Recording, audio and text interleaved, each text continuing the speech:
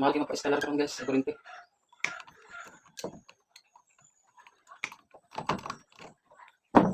Guideline tani guys.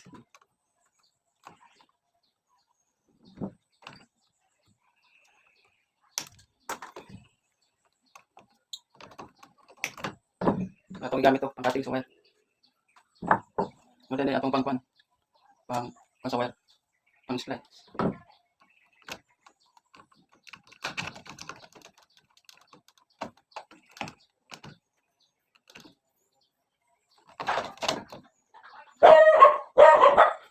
Uy!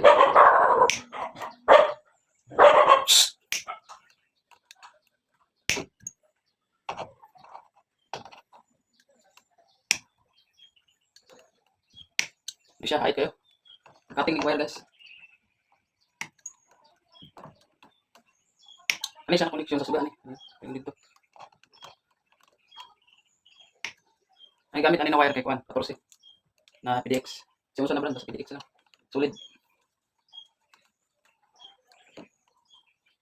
Wala ata nagpipiki kay kuan man, nang man siya i-connection.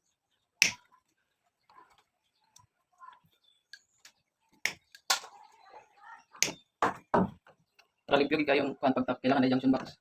Para di hugaw tanaw.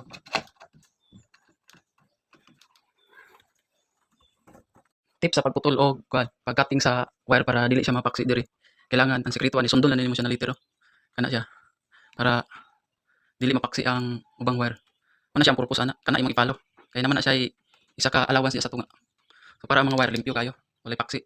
So muna ang purpose ana, sa wana kabalo. Kanina wire solid ni siya. 2.0 para sa outlet, convenience outlet. Pwede po sa supply. Ani standard na ni, sunod na ang kuan ni sa one pick. Na tip lang guys ha. Ana dira, sunda lang gina siya pag cutting. Ang imo kong gamiton kaniyo, ang cutting sa wire. Wiring guys ha, sa pambalay lang. So kaning nabantayan ninyo na itom na kuan electrical. Wala siyang supply para di ka mawala. Para imo masubay. So ang standard gid ani para di ka ma-short sa wire, dapat 6 inches. Pero uban ani gi 4 lang nako kay dool raman, pero ang standard ani 6 inches gid. Kani na connection suga, kani sa bulb suga, kani sa switch, bro. Switch, kani sa convenience outlet. Share lang ni guys ha, para makatabang ko sa inyo. Guys, masantiman lang nato. Ang linya sa live sa isa ka switch kailangan nasa isa ka neutral sa light. Same gyapon ani, mga sa nakalukit yang switch. Ni. Isa ka live sa suga, o isa ka neutral sa switch. O isa ka ni pariyaran siya. So kani wala pa na ako nagitap kay check pa man ni.